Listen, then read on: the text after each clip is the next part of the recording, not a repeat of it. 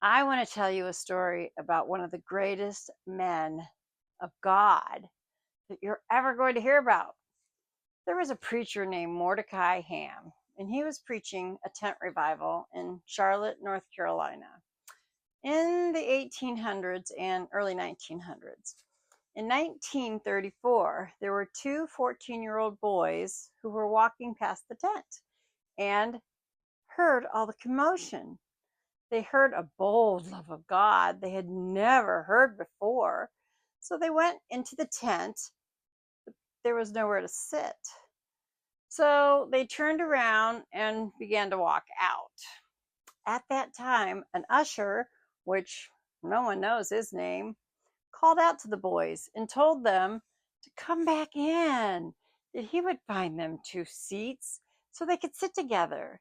He asked a couple to move over and offered the boys these two open seats.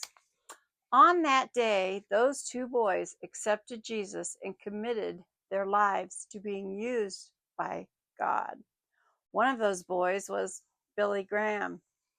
Billy Graham went on to preach the gospel to more people than anyone in the world.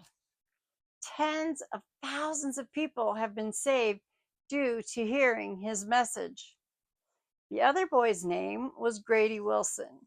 Grady Wilson is the man that helped Billy Graham organize all of his evangelical crusades, where millions of people's lives have been changed. Not because of Billy Graham, not because of Grady Wilson, not even because of Mordecai Ham, but because of this usher that no one knows his name. The man who saw the two 14-year-old boys walking away and made the decision to go and pursue them. Our job is not to change the whole world, but to change someone's world. Don't assume you know what someone is thinking.